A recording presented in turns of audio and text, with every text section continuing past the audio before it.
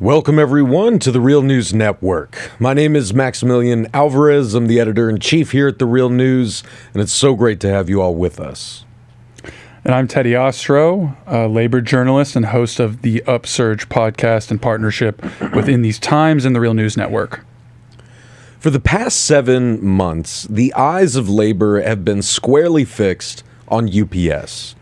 Led by the reform administration of their new president, Sean O'Brien, the International Brotherhood of Teamsters have been in the midst of a historic contract fight with United Parcel Service, a contract that covers 340,000 UPS workers across the country at a company that raked in over $100 billion in revenue in 2022 alone. That contract was set to expire at the end of this month, July 31st, and union locals have been holding practice picket lines this month to prepare for what would have been one of the largest strikes in this country's history on August 1st. Along with our colleagues and comrades at In These Times magazine and the great Upsurge podcast, we at The Real News have been exhaustively covering the UPS contract fight from the side of the workers for the past year. From package car drivers delivering packages to our doors to part-time warehouse workers loading those trucks, from working in deadly heat conditions to the sacrifices workers made during a world-changing pandemic, from two-tier employment to forced overtime and company surveillance, we have tried to give y'all and the rest of our audience a deep, textured, rank-and-file view of what workers at UPS are going through, what key issues they have been prepared to strike over, and why this contract fight is so significant for them, for their families, for the Teamsters, and for the labor movement. Now, we originally planned this live stream as our final chance to update our audience on the state of the contract negotiations and to let y'all know what a strike involving 340,000 UPSers would look like and how you could show support. But then, of course, around noon today, we got the bombshell news that the Teamsters Negotiating Committee and UPS have reached a tentative agreement. I want to be very clear about something. This is a tentative agreement. We don't even know the precise language of the agreement, and ultimately, it will be up to the union membership to decide over the next month whether or not to accept the agreement and whether a strike at UPS is still on the table. So we know you all have a lot of questions about the tentative agreement, but I do want to stress that there's only so much that we know about the tentative agreement right now, so we're going to try to give y'all some updates on that here at the top of this live stream, and then we're going to go to our incredible panel of UPSers who, amidst everything, have made time to join us on the live stream tonight. But I guess before we get there, Teddy, first of all, welcome to the Real News Network here in Baltimore, brother. It's been great working with you from afar over the past year. And you and Ruby Walsh have been really doing the work and produce an incredible podcast series, The Upsurge, where you have been covering this contract fight for the past year. Right? And if folks haven't already, I strongly urge that if you want to understand this potential strike, the contract fight, what it means for the Teamsters, the labor movement, UPS and the logistics industry, so on and so forth, you should definitely go listen to the Upsurge along with the coverage we've done on my podcast, Working People, The Real News, In These Times, so on and so forth. But I wanted to ask Teddy, like here at the top before we get to our panel, since you've been there on the ground covering this throughout the year, if you could just first kind of run us through what we do know about the tentative agreement that dropped earlier today, or the news about the tentative agreement that dropped earlier today. So let's just kind of like try to give people an update on what we know right now and what's going to happen now.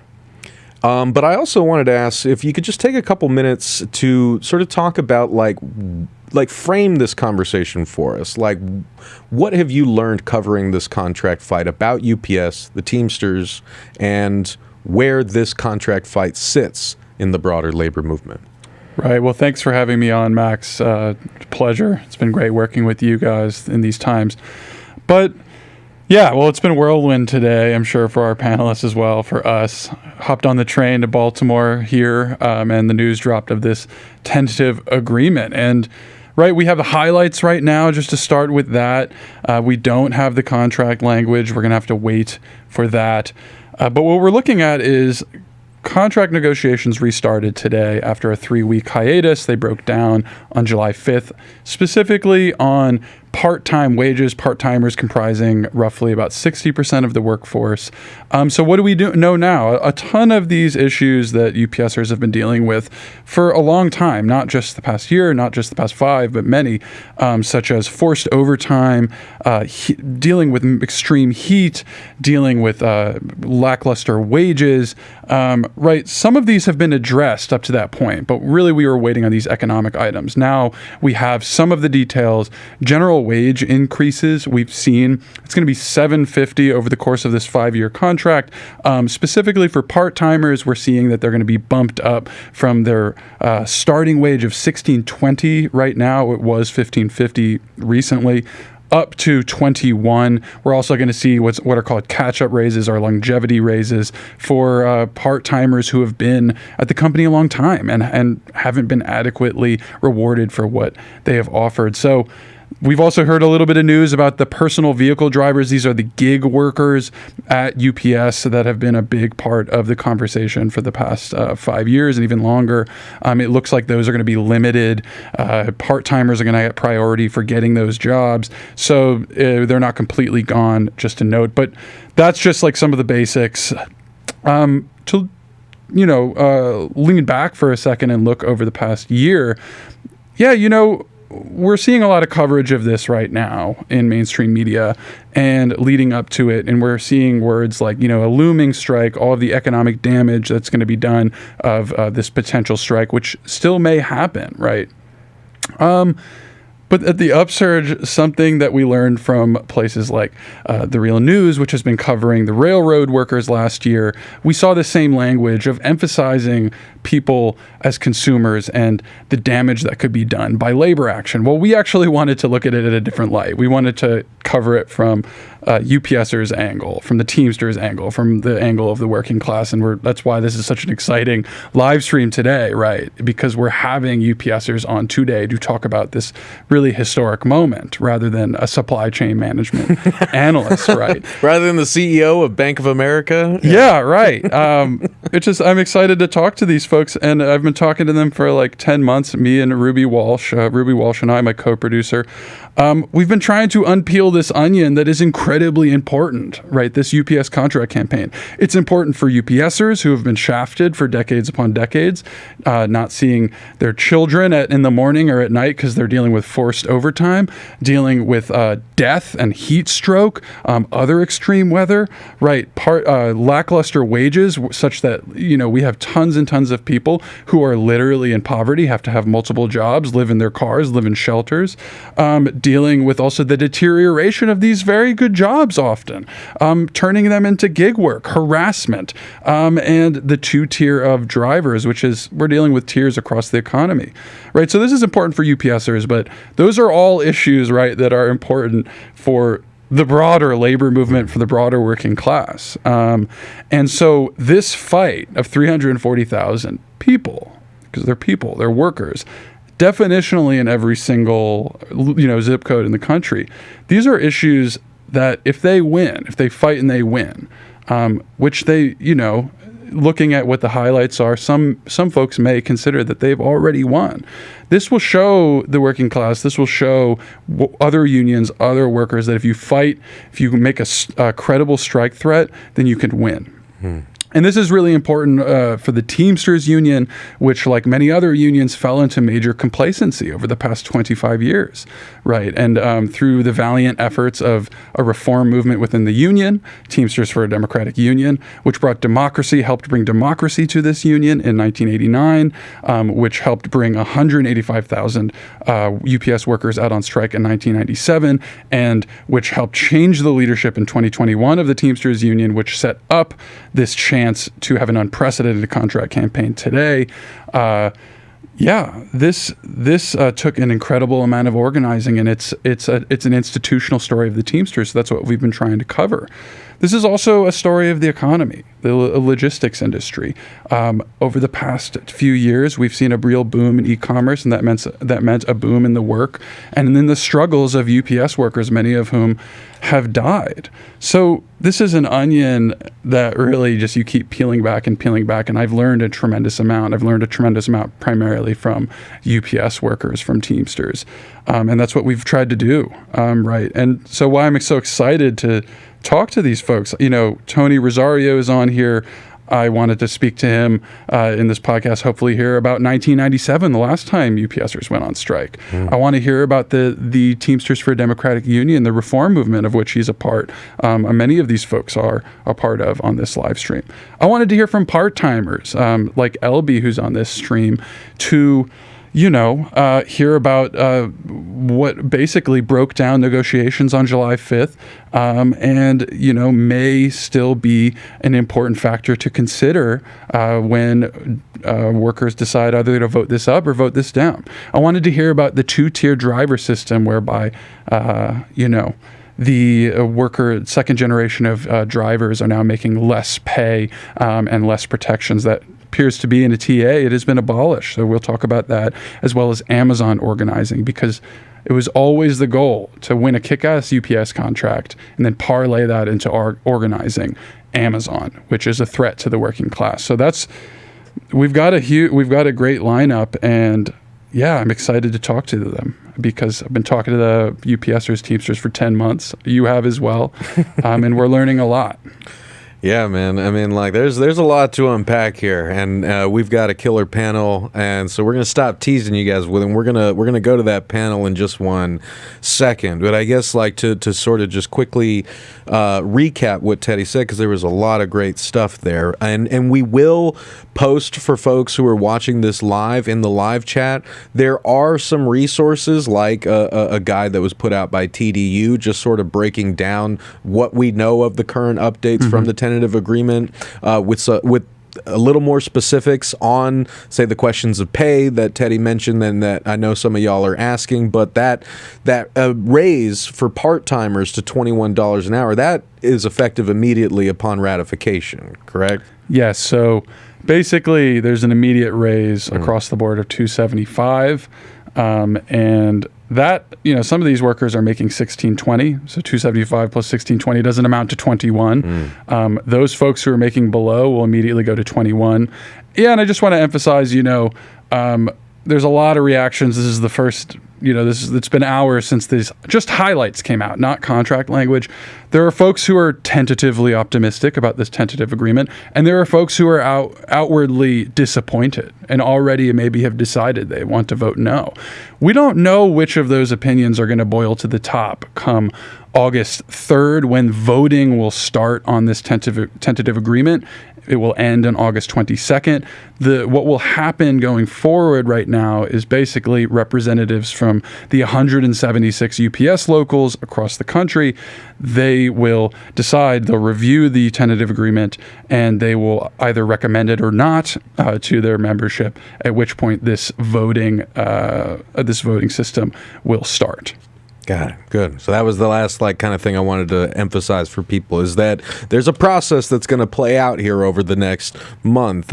So definitely keep an eye out when voting begins in the beginning of August, and August 22nd is when we will know how the membership feels about this current tentative agreement. And the last thing I just wanted to emphasize and underscore what you said, which is really important, something that the great journalist Luis Feliz Leon has also been pointing out, is that a lot of the concessions that the Teamsters got from UPS over this contract fight, they got, before now, right? And the membership has, I think, been pivotal for that. The practice picket lines and the show of strength, the unity, the willingness to fight, the credibility of the strike threat has been, I think, essential for securing those key concessions from UPS, like air conditioning in new cars after January 1st, 2024. But at least air conditioning, that's a step in the goddamn right direction, pardon my French. The elimination of two-tier, like you said,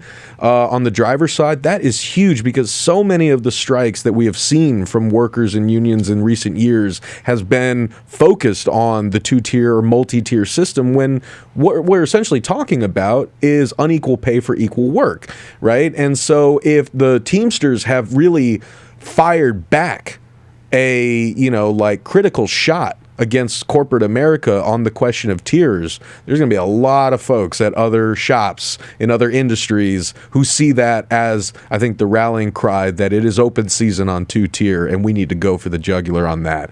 And so that is something worth celebrating, and we got a lot more to unpack.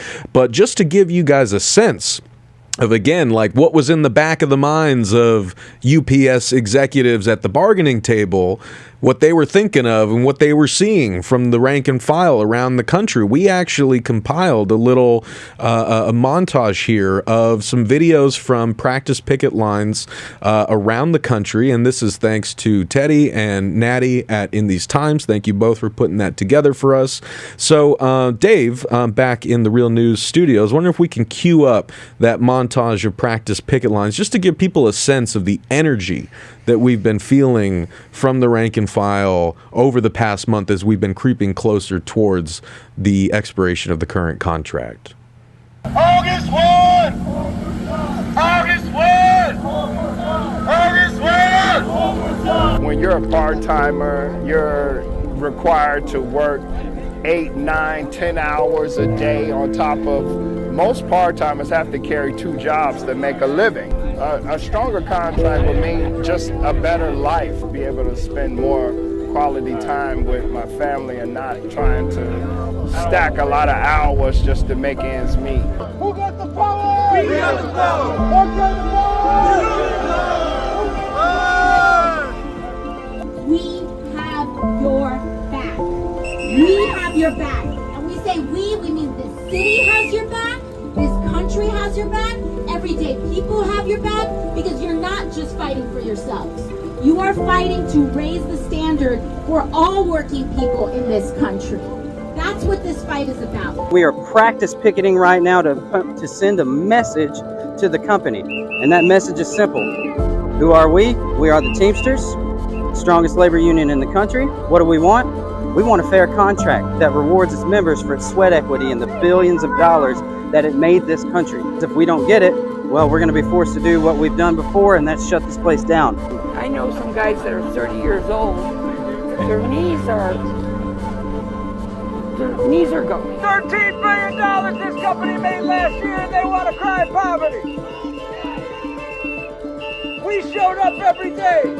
We got the job done. We delivered for America. 1, 2, 3, 4. We on those who wait on for. Stand up, fight back. Stand up, fight back. Stand up, fight back. Stand up, fight back. We're going to send a message to UPS that enough's enough. No more people are dying in these trucks because it's too damn hot. UPS knows what they have to do to fix this. If they don't, it's not us striking them, it's them putting themselves on strike. If you're thinking about organizing, then that means you know you must do it. At the end of the day, we're not alone. If we don't stand up for ourselves, no one will stand up for us. Okay? No one will stand up for us. You all are the essential ingredient. Your courage is the essential ingredient to this. I'm willing to strike to win dignity in my workplace. I'm ready to strike if necessary. I believe the sacrifice is needed. The sacrifice will be done, will be had, and it will be rewarded.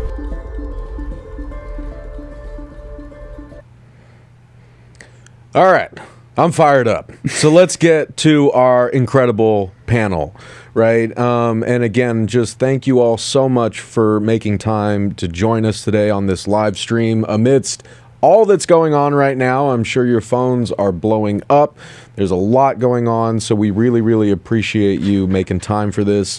We got about an hour and 10 minutes here to sort of dig into all we want to dig into today. And I want to go around the table, just in, on my show, Working People, where I've interviewed a number of amazing UPSers in recent years.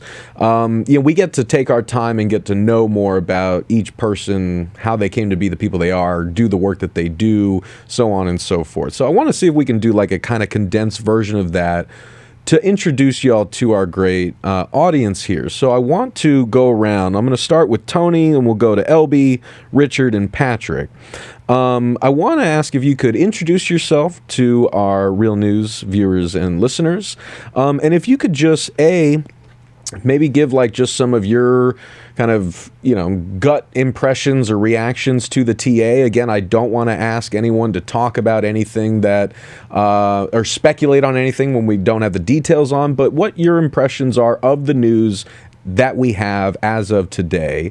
And also, if you could say a little bit about what this contract fight has looked like in your life. Like how have the issues that have been central to this contract fight and that y'all have been prepared to strike over, like what does that look like on your day-to-day level or on the day-to-day level of the members that you represent?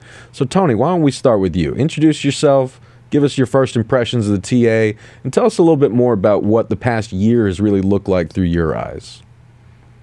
Well, the past year has been pretty exciting. I think everybody's been feeling it. There's been a movement growing across the country, not just with UPS, with other places like Starbucks, Amazon workers, Trader Joe's, Chipotle. I mean, everybody can see it now. You got the writers and the actors out there. It's been a pretty strong buildup over a year, but particularly at UPS, we started out in August. Oh, well, I'm sorry. Let me not just jump right into that. Hi, I'm Antonio Rosario. Let me start. Hi, I'm Tony, by the way. Yeah. A lot of people know me as Tony. Tony Rosario, Teamsters Local 804. I am now an organizer for the IBT Amazon division. But I was a rank and filer my whole life. I've only been out of the truck maybe less than a year. Well, a little more than a year. Then I went inside as a clerk in the warehouse. I started in 1994 at UPS as a young, I believe I was 19 going on 20. My father had just passed away. My mother was falling behind on bills for the house, and I was lucky to land this union job that I was able to actually help my mother keep the house. And it meant a lot to me back then. And, as a part-timer back then, we were making $5 or $6 above minimum wage. So you were able to make, it wasn't amazing, but it was way better than what's happening today, which is why we were relying on some serious increases for the workers, especially the part-time workers. I think some of the reactions of what's going on, there are a lot of people that are always, you're not going to make everybody happy. Let's just say that right off the back. We haven't seen the language in front of us, so not many of us are jumping to make a decision right away. From what I've seen though, and so far with all the big gains and all the big gains and all the things you've heard that we won over the last few weeks, it does make a strong case for a yes vote. Again, we still have to check out the language to, make sure everything is good. What people have been downplaying a little, I feel, is like the creation of about 7,500 new full-time jobs. I know when I was on strike in 97, a bunch of jobs were created. So I believe they're going to have like 75,000 new 22.3 jobs, if I'm not mistaken. These are for workers that want to go full-time, that were only working part-time, that maybe can't drive a truck, some of them. 7,500, yeah. Yeah, I think it's huge that instead of giving into two-tier jobs, we actually took one back. I don't remember in my 29 years as a UPS worker ever seeing any language that was given in a contract taken back. I could be mistaken, but I don't remember that ever happening. So I think removing the 22.4 was really huge. Significant pay increases, but it wasn't just about the salary. You mentioned about air conditioning in the vehicles. There was I myself, I'm sure Richard and Alby and Pat, I'm not sure how long he's been on the job, but I mean, to work in those excruciating days of heat where, workers were actually dying out there And this isn't a joke. Like, people died. I mean, everybody knows of Esteban Chavez in Palmdale, California recently, but people forget that, you know, people have been dying all through time. Like, you can go back a few years, a woman in Georgia, back a year or two right before the pandemic, I believe someone in Texas. Like, people have been dying for years. It's just never really been publicized. So it's about time we get some air conditioning. And I get that it's going to take some time to get all the trucks fitted and that it's going to be a while, but I don't think anybody should have to endure what we had to endure. So it's nice to see the change. I mean, I was there when we first started getting power steering, and I was happy to drive a truck that I could actually turn the wheel without hurting my arms. I mean, every driver back then had Popeye arms just because they were pulling that steering wheel and they were like, ugh. I mean, I remember, if you guys can go back, when the truck steps were really high, and we had a fight to get the low step vehicles. I mean, all of this took time, and over years they, you know, brought the trucks with lower steps, brought in new trucks with power steering, and of course going from standard to automatic transmission. These are all things that took time. Air conditioning, for me, it's got to be a big win for me, because I remember going through the waiting for the power steering truck and the automatic, you know, and the lower steps. These were things we look forward to when we won something. So to have air conditioning, even if it's over the next years and it takes time for UPS to retrofit all of them, that's fine. But at the end of the day, they're still going to be putting fans in all the vehicles, which is some help. And they're supposed to be putting in some type of mechanism in the back that's going to let some of the air out. I'm not sure of the ventilation system, but these are things I heard, you know, from reading and talking to other folks. So it's to me, you know, the gains that Martin Luther King Day is a holiday, if you mentioned that, no more excessive overtime, especially in places where people were working 6 days a week. I mean, we got some big things here, and we got some solid raises. So it's just a matter of looking at the language, making sure it's put together properly. You know, sometimes one word can change the whole outcome of a sentence. So we have to be very careful, but I mean, all in all, I have to say, me personally, as a Teamster who's been around for 29 years, and I've been through the 20 some odd years of HAFA and concessions after concessions, it feels good for me to say, you know, we finally got a contract that I can say there were some major gains made, not just like hoping that we keep what we have and maybe gain a little something. No, we made some significant gains. And I'm really, you know, it makes me proud to be a Teamster again, just to know that there's a lot of people that feel that way. I mean, just the fighting alone and the practice picketing and the rallies that we had and the very, very passionate meetings in the parking lots and talking to part-timers, just the engagement on the part-timers alone has been a big part of this. You know, being able to talk to part-timers and tell them, hey, we're fighting for you guys, it made a big difference. And I feel like moving forward, even past the contract, we're going to get a lot more part-timer engagement moving forward. And when you mention Amazon workers, I mean, even if this contract, by the end of this contract, everybody's going to be making over what most Amazon employees make. And that's including pension and benefits, which Amazon workers are either paying into their benefits way too much money. And pension, it's not even spoken of. So, you know, it's some really big, significant gains. I'm excited. I feel like that 22-year-old kid all over again, only I didn't get a chance to hit the picket line. But, you know, it's still not over. They still got to send it to the membership for a vote. We still got to sign on it. You know, nothing happens and nothing's certain until it's set in stone, and there's nothing set in stone as of right now. But, yeah, I'm sorry if that was a bit long-winded, but... Nah, brother, that was great. I appreciate it. And I just wanted to hop in just to remind the rest of our panelists that we're going to go Alby next, Richard, Patrick. I'm going to shut up, so when you know, you feel ready to kind of hop in after the next person finishes talking, go for it. But I also just wanted to really underline something for people watching and listening, especially if you are not part of the Teamsters, if you don't work at UPS. Really kind of think about what those details that Tony was talking about mean for the working lives of our brothers and sisters and siblings across the country, right? I mean, this is the kind of stuff that you will hear workers talk about, even just like the height of the step getting into those trucks. My Theo Miguel, was a Teamster all his life. He's had like 3 knee replacements because of climbing up and down in these like massive cabs. I remember him complaining about that. So that's not a small thing, but to people maybe on the outside, when they hear that, they may think, well, that seems like a minor thing, right? So again, really listen to like what these details mean in the working lives of UPSers. And also, if you have more questions about the details, a reminder again, we have been sharing in the live chat some additional links where you can get some more of those fine-grained details. But Alby, I want to bring you in here as a part-timer. You know, a lot has really centered on what you all are going through and what these pay raises are going to mean. The TA is going to mean for you and your fellow part-timers at UPS. So yeah, can you talk us through, like, first introduce yourself to the great live stream viewers and listeners. Give us your initial reactions to the TA, and talk to us a little more about your experience throughout this contract fight and what is look like on the ground for you. Yeah, for sure. First off, I just want to say thanks for having me on here. I really appreciate the opportunity. And my name's Alby Lieb. I've been at UPS for 27 years, except for a short stint that I had when I left for about 4 years to be in the military. And I'm a part-timer. I load trucks. I do have a shuttle run that I do one day of the week.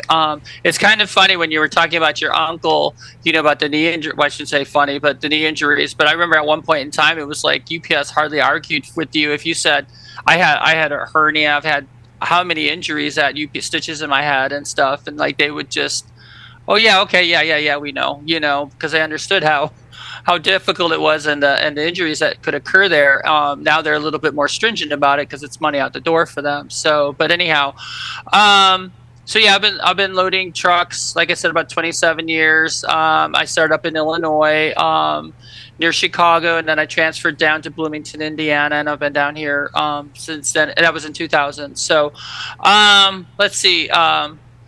First impressions of the TA, I should say. As a part-timer and hearing voices of other part-timers, I know there was a lot of kind of feelings behind the $25 an hour. People didn't really know what the IBT was asking for. Was it going to be $20, $25 an hour? Where I live in a small college town in South Central Indiana, if I go to my members, the preloaders I work with, and I tell them like, hey, you know, they're paying people $21 when they get hired, and it's going to go up to $23.75. I don't know if it's with your 30 working days. We need to see the language on that, how that all works.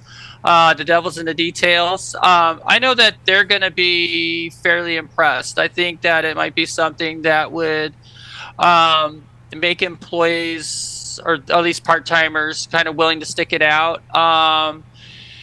In other areas, I don't think that that's going to carry the weight. You know, in cities, so there's a lot of centers and hubs in larger cities, obviously.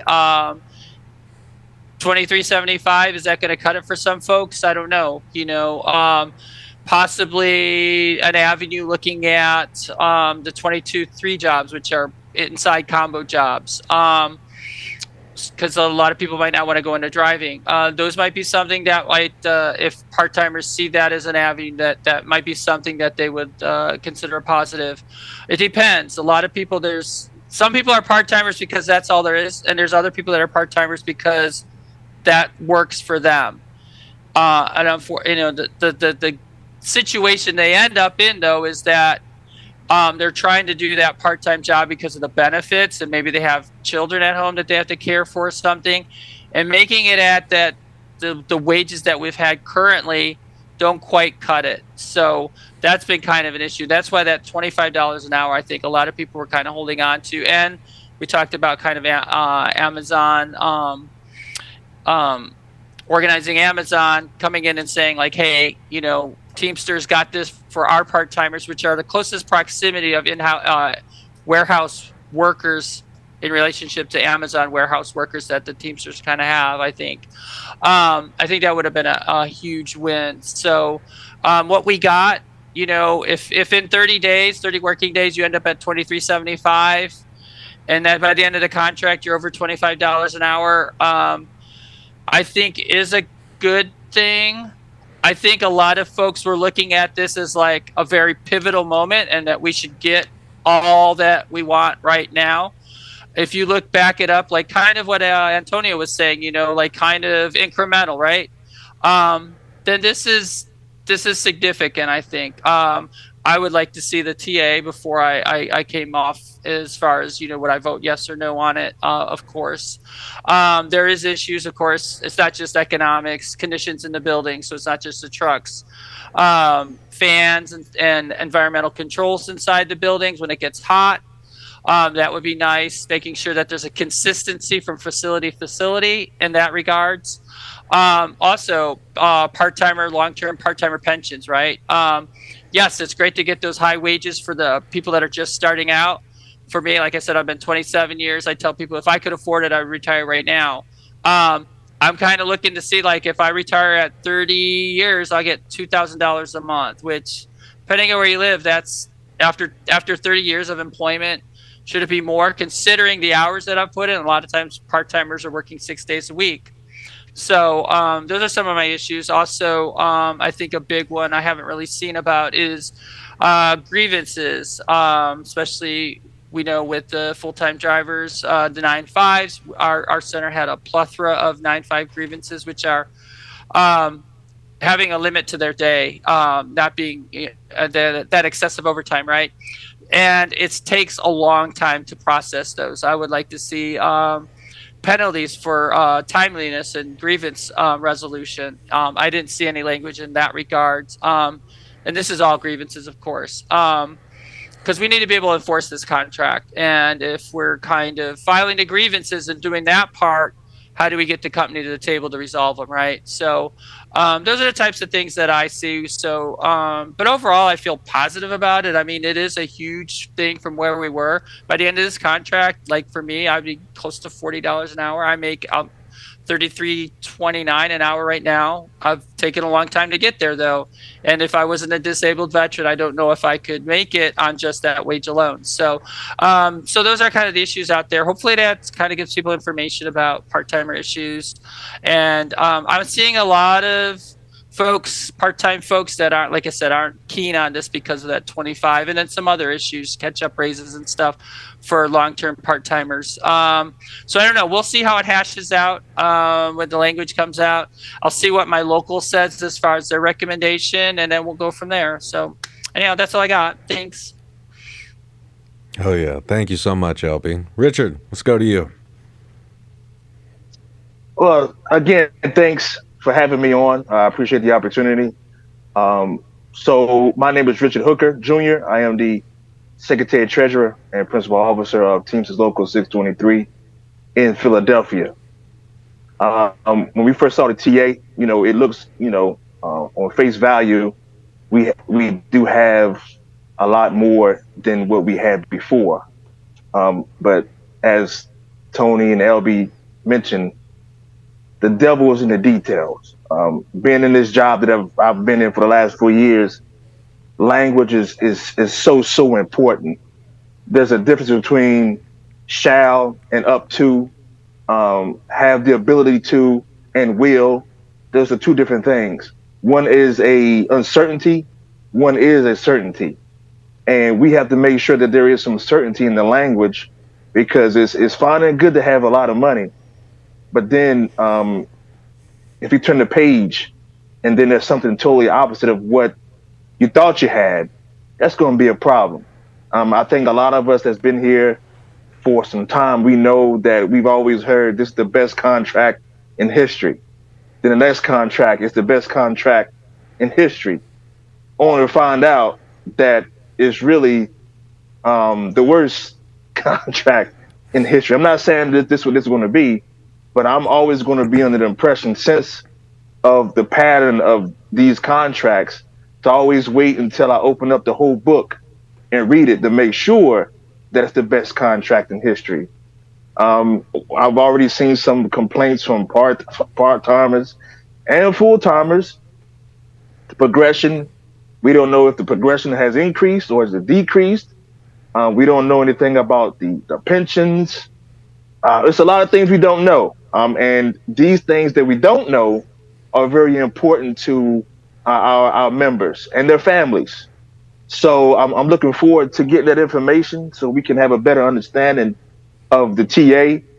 But again, though, when you look at it from face value, MLK Day, increase in starting wages, a big upfront wage, $7.50 over the life of the contract.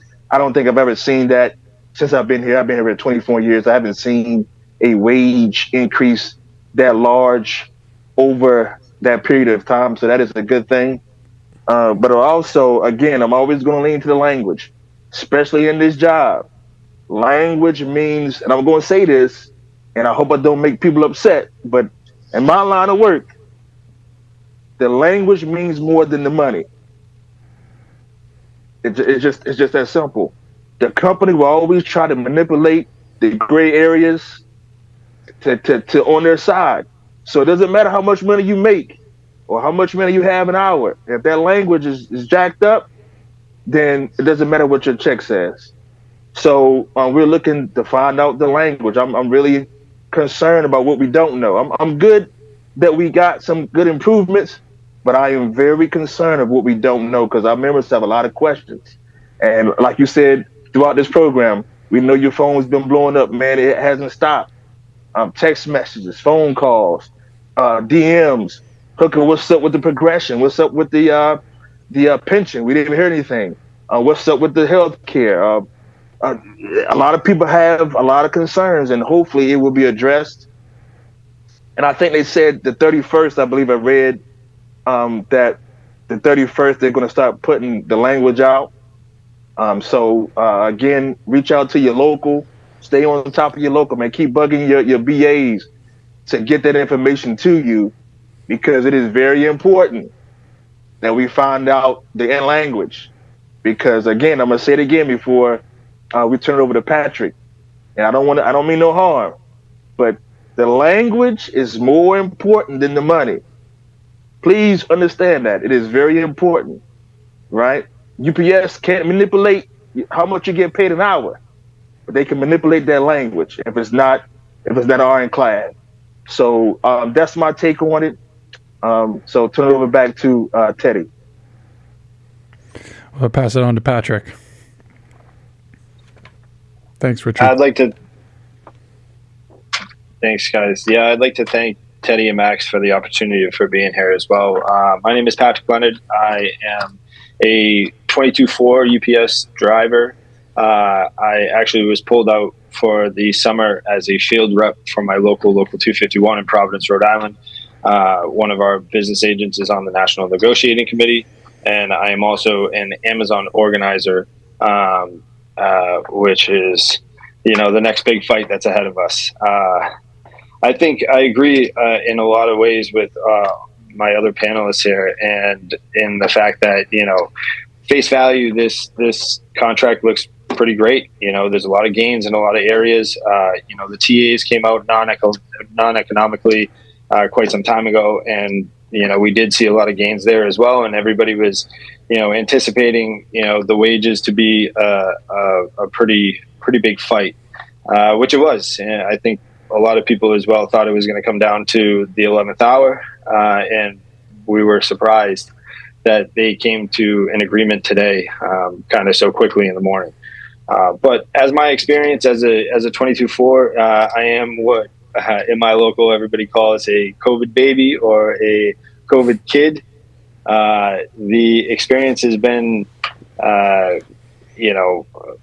pretty crazy. This past year alone, we had every 22-4 in our building. There's 98 22-4s in our building. They were all laid off.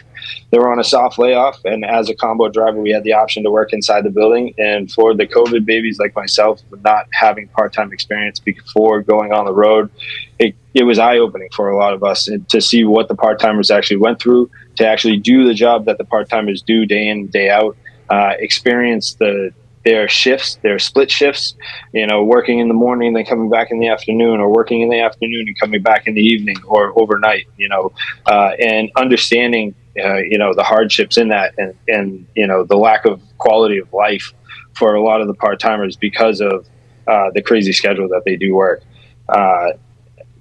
being laid off and pushed inside for the 22-4s in our building was detrimental to the part-timers, because for every full-time 22-4 that was pushed inside, 2 part-timers had to take a hard layoff, and they were out on the street. So like I said, 98 22-4s were laid off in our building. That means almost 200 part-timers were laid off in our building, which was horrible to see. But, you know, we were recalled on Saturdays, the 22-4s from inside the building, and we went back on road, and that was the worst part about it. You know, we were forced into 13, 14-hour days every single Saturday. They pushed more and more work on us, and as a 22-4, like was said earlier, you know, we make nearly half the money that an RPCD or a regular package car driver makes. And, you know, we had senior guys coming to the 22-4s and saying how unfair it was for us to not make the same amount of money, to do the same exact job, and work even longer hours because we were cheaper labor. And we saw the company take advantage of that, you know, outright over and over and over again. And, you know, that was a big, for me personally, you know, getting rid of the 2-tier wage system in the 22-4 was a huge gain. But as all the other panelists said as well, I do have other specific things in the contract that I'd like to see the language on, surrounding harassment, surrounding, you know, 9-5 grievances, and what that language is going to look at, and in MRA language. You know, the biggest issue the biggest hang up for negotiations has been the part-time wages, but the company has, you know, used and abused the market rate adjustment, the MRA. And, you know, they can bump your pay up at any time, but they can also pull that rug out from underneath you at any time as well. So I'd like to see what the language really has to say about that, and how that's going to impact the part-timers and you know, going forward. That market rate adjustment, I think, was one of the biggest hangups as well, because, you know, as was said earlier too, that other parts of there's different parts of the country all around the country, they, you know, there's some people that are making a higher MRA than others. You know, we have places out in, you know, in Seattle or in New York or in San Francisco that are making close to $40 an hour as a part-timer. So the $25 an hour sounded great, but for them, if they pull the MRA away and they started at $25 an hour, well, now you're knocked down and you're losing a lot. So, like I said, I mean, I think there's a lot that we did gain, but the language being cleared up and getting our eyes on it to whether we're going to vote yes or no is going to be very important. The leverage that we had and looking overall at the labor movement, I think this does set the standard still for the labor movement as a whole. I think we did set the bar high for full-time and part-time. I think it does give us a lot of power, and I think it's going to give a lot of other working class Americans across the country a lot of power for whatever industry that they're in, particularly Amazon. You know, the $25 hour starting wage for part-timers would have been great tool to approach Amazon workers with and say, hey, look, we got this for the part-timers at UPS, and you know, we can support you and get this for you too. You know, starting at 21, that is a more difficult argument to bring that, because there are some Amazon workers that are making $21 an hour.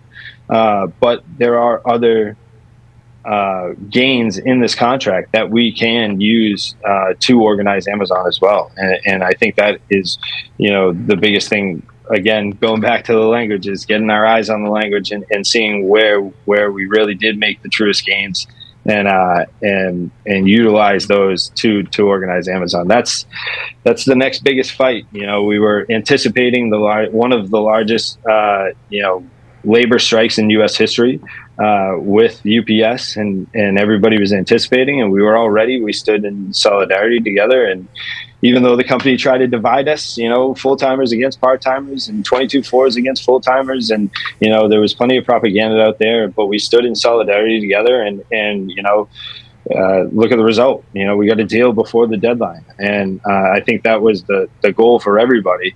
And I think now we may still be a part of the largest strike in U.S. history, and that instead of being UPS, may be in Amazon in the near future. So I'm very hopeful. Great. Thank you all for your intros. Thanks for just coming on the show. Thanks for sharing your different perspectives on, the highlights of this TA that was just reached. I think, Patrick, I appreciate you sort of landing on the solidarity there. And I think that's really what we saw in that video we showed, which over the past 3 weeks, right? There's been practice pickets, there's been rallies, there's been, distribution of pamphlets, informational materials, really just emphasizing, look, we make a credible strike threat. We stay united. We broaden this out to the labor movement. This is a fight for all of us. And you get the results. And, I think undeniably we are seeing some gains in this contract. It's up to the members to decide whether or not this, is everything they wanted it to be. And I'm happy that we got sort of a range of opinions and perspectives that are probably lingering throughout the membership. Now, each of you have common experiences, there's solidarity and unity between each of you. There's also, I think there are differences, and we brought you guys on to have some also questions for each one of you, specifically to speak on some of those particular experiences. I wanted to start first, in this second round of questions with you, Tony. You mentioned this a little bit. You were talking about your striking in 1997 when you were 22 years old. You had touched on a bit about the heat. And I also wanted to bring in Teamsters for a Democratic Union. I'd like to ask a couple things of you. Talk about the energy you felt when you were 22 in 1997, what all that was about. And maybe can you bring us to the present? What's different? What is the same? What are you feeling right now? And maybe you could touch on the importance of Teamsters for a Democratic Union in both of those fights and your involvement in this reform organization, which I think can be credited in organizing and mobilizing behind the historic changes that we're seeing in the Teamsters Union, in the broader labor movement today. Well, I mean, needless to say, being a young 22, 23-year-old kid on a picket line, the energy that I had alone was, ridiculous. But then because of the energy surrounding me, right, all those people fighting for more, all those people out there fighting for themselves, their families, their children, it was just something that at a young age, it was like kind of overwhelming, but at the same time, I was able to adapt because I felt it. I kind of knew what was at stake. I just, in my youth, didn't think what the work was involved in putting it together. And now being older and being part of the movement and actually being there and trying to organize some of these things, a whole different story, right? But yeah, it's the funniest part though is that in '97, guess what? We were fighting for part-timers. Here we are in 2023, fighting for part-timers. It's like, and don't get me wrong, there's a lot more to this. Yes, obviously, but in 1997, the slogan was "Parttime America won't work." That was the slogan. And this year, hey, I'm wearing it. Pay up for part-time. It's like we've almost come full circle.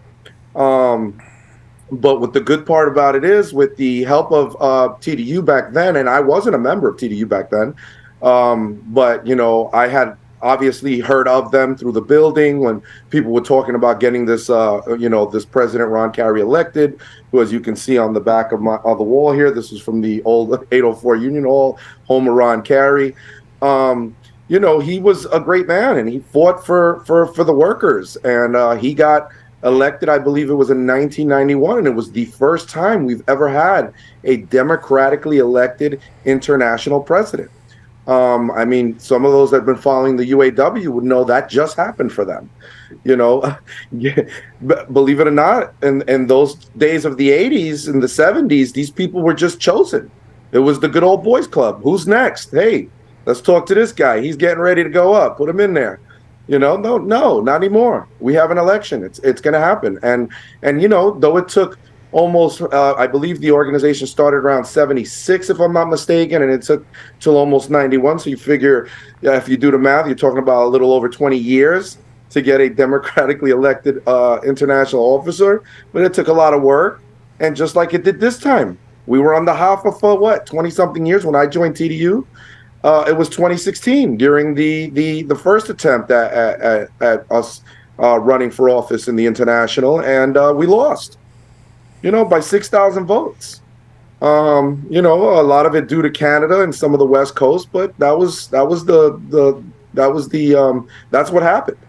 It takes time. It takes a lot to build these movements from it's about building worker power at the end of the day. It's about, listen, we all know that, and I know Richard could attest to this because he's a PO down there in 623. The minute, even with the contract, as solid as we got right now, what we're working on right now, if you don't have an engaged membership, it just doesn't even matter. Because this company will, as soon as the ink dries, they're violating the contract. And you need strong stewards, you need strong members that are gonna put in those grievances and police the contract and make sure that you don't allow the company to do these violations. So what I love about this contract fight and all this practice picketing and all these rallies that we had, it was like building a momentum. It is building momentum. And we're talking to these workers and they're seeing all this action around them. They've never seen it. They've never seen it. They've never experienced it. Shit, I haven't seen it in 25 years. So, there's always been talk, okay, we're going to strike. Oh, let's take the authorization. Sure, everybody votes yes to authorize the strike. But did we ever know? I haven't seen this credible type of strike threat. And the best part it was not a threat on the workers.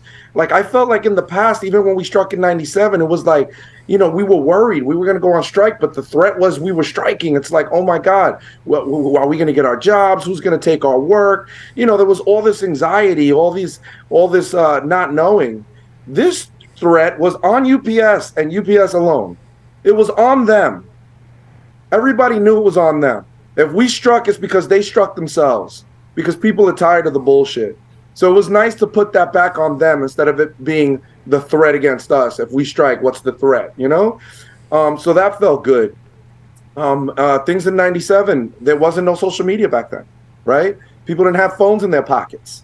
If you had a mobile phone, it was probably this big and cost you a few $100.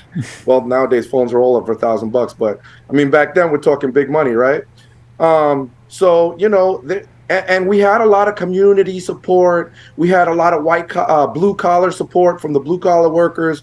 Sanitation at Foster Avenue, where I'm from in Brooklyn, was right across the street. They used to honk their horns going by, bring water sometimes. The camaraderie, the guys out there, the guys and girls having barbecues, the kids sometimes. It was really nice.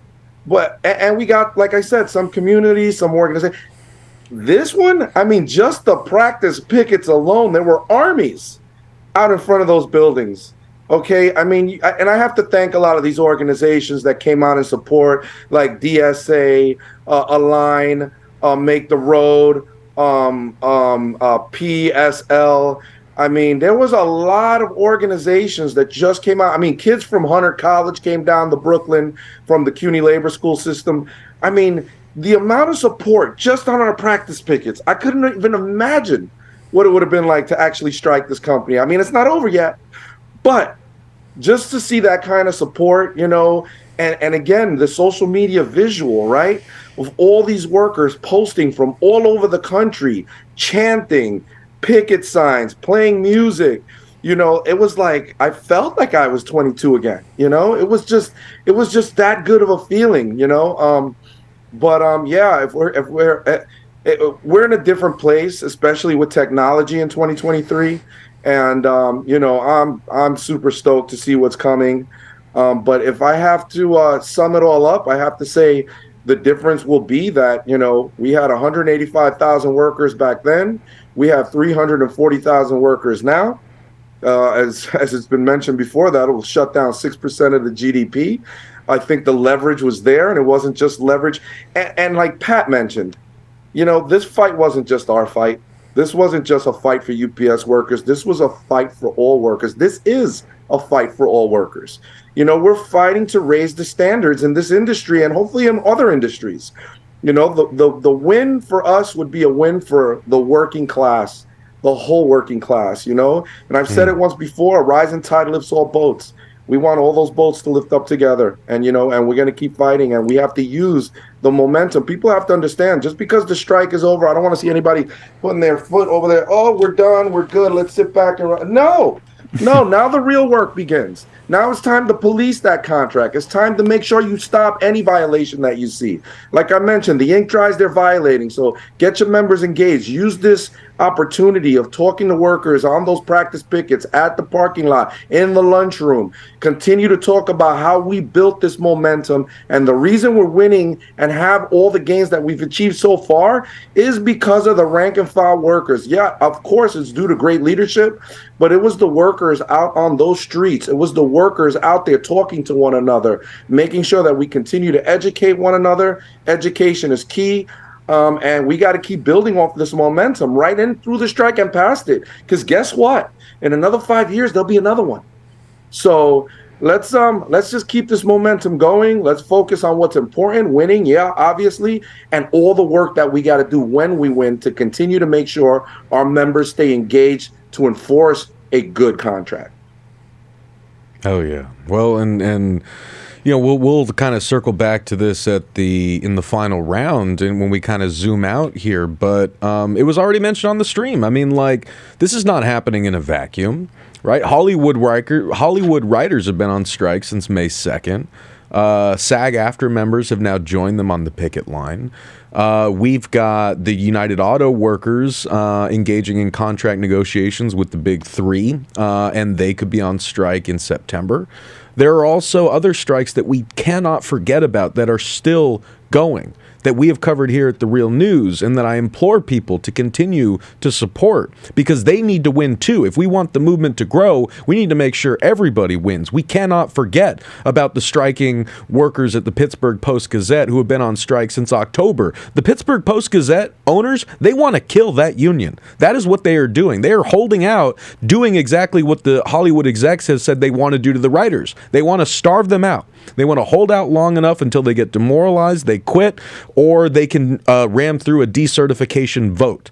So they want to go for the jugular, so we got to respond with equal force, right? And so all of this is happening at once, and what happens next, where this all goes, depends on what we do now. So please keep supporting Pittsburgh Post-Gazette strikers. Keep supporting folks on strike at Medieval Times. They've been on strike for months too. They are holding the line. They're getting hit by cars on the picket line, even if they're a smaller workforce. They deserve our solidarity too. All those Starbucks workers who have won their unions fair and square and who have been rewarded by getting fired, by getting harassed, surveilled, having their stores closed, getting descheduled so they lose their health care. Where are we for them, right? If we want to see, again, the movement grow, we have to be vigilant and fight the bosses at everywhere that they are violating our rights and abusing our brothers and sisters in from industry to industry. And Richard, I want to kind of like pick up on something Tony said and toss it to you, right? I want to talk about how the fight at UPS can and should trickle out to other parts of the logistics industry and the labor movement. Because I think in one sense, when we're talking about UPS, we're talking about the logistics industry, it's become something of what I guess we would call in the organizing world a choke point, right? Because there have been a lot of the economy runs through places like UPS, right? Just like a lot of the economy runs through the railroads last year, and scab Joe Biden and Democrats and Republicans in Congress said, no, actually too much of the economy depends on the railroads. We can't allow railroad workers to strike, and they crushed their strike. But what I'm saying is that with so many, 340,000 people at UPS alone, we're not even talking about FedEx, we're not talking about USPS, right? That's a hell of an amount of workers. And if you have that amount of people mobilized, you could really put the squeeze on the bosses. But of course, there are a lot of other non-union folks working in that supply chain. I was one of them. 11 years ago, I was a temp warehouse worker in Southern California. We did not have a union, and we were treated like crap. And so then you have an issue where we have a lot of workers strategically placed in an industry where we could exert our will, but that is also an industry that chews up and grinds up human bodies left and right? To the point that it's even hard to build a base because most of us won't even last a few months while we're there. right? So I want to ask if you could talk about that from the UPS side, because I don't want people to lose sight of how brutal this job is and how much UPS asks of your members, right? And like what they go through on a day-to-day basis, and what fighting against that as a union, like how that can help raise the standards for other workers in this industry. And like how they can see the contract fight at UPS and take away something that they can then use to improve their own lives. Well, that is a loaded question. Lot to unpack there, but so we're gonna start at the end. So UPS is a very, very difficult company to work for and to deal with. They have a culture there that just wants to just break you. They spend 30 days to train you, and then the next 30 years trying to get rid of you. And they do it better than probably anybody else. I mean, they will find anything they can to get rid of you. And to Tony's point, you do have to have strong stewards, strong leadership to fight back, because UPS, man, they are a bully. They are the biggest bullies I've ever seen, and they hide behind this family oriented. Look at Carol Tomei. She sounds so sweet, and she's got glasses on, man, and we're not far apart, and I mean, she just sounds like she really cares. But under all that, man, she don't care. The company doesn't care. And so we constantly have to fight back. And because we do have a union, we can win. And so that part right there should be encouraging for the non-union people who go through the same thing. Amazon goes through the same harassment, bullying treatment by their company. The issue is they don't have a union to fight back. We can fight back. And the reason why you see these gains that we've gotten, the reason why we have a grievance procedure, the reason why we have the panel and the arbitrators, all that is because we do have a union. And I think once we can show Amazon workers, not just Amazon, but all workers. I don't want to just limit it to Amazon, but all workers, the Walmart workers, Target workers, any worker. We all have the same enemy, right? So I don't want to limit it to Amazon folks, but I think this contract for UPS is so important because, like you said, we will be the standard to uplift every other worker, whether you're union or non-union. This contract will be able to uplift union and non-union because we set the standard. So if all those workers see, hey, hold on a minute, man. If the workers at UPS are just practicing going on strike, if they're just doing these things to hold the company accountable, we can too. We can do that at our buildings, at our shops, at our company. We can do the same exact thing they're doing. How about we go over and talk to some of the union folks at UPS? How do they do it? What was their, why were they so successful in getting this contract done?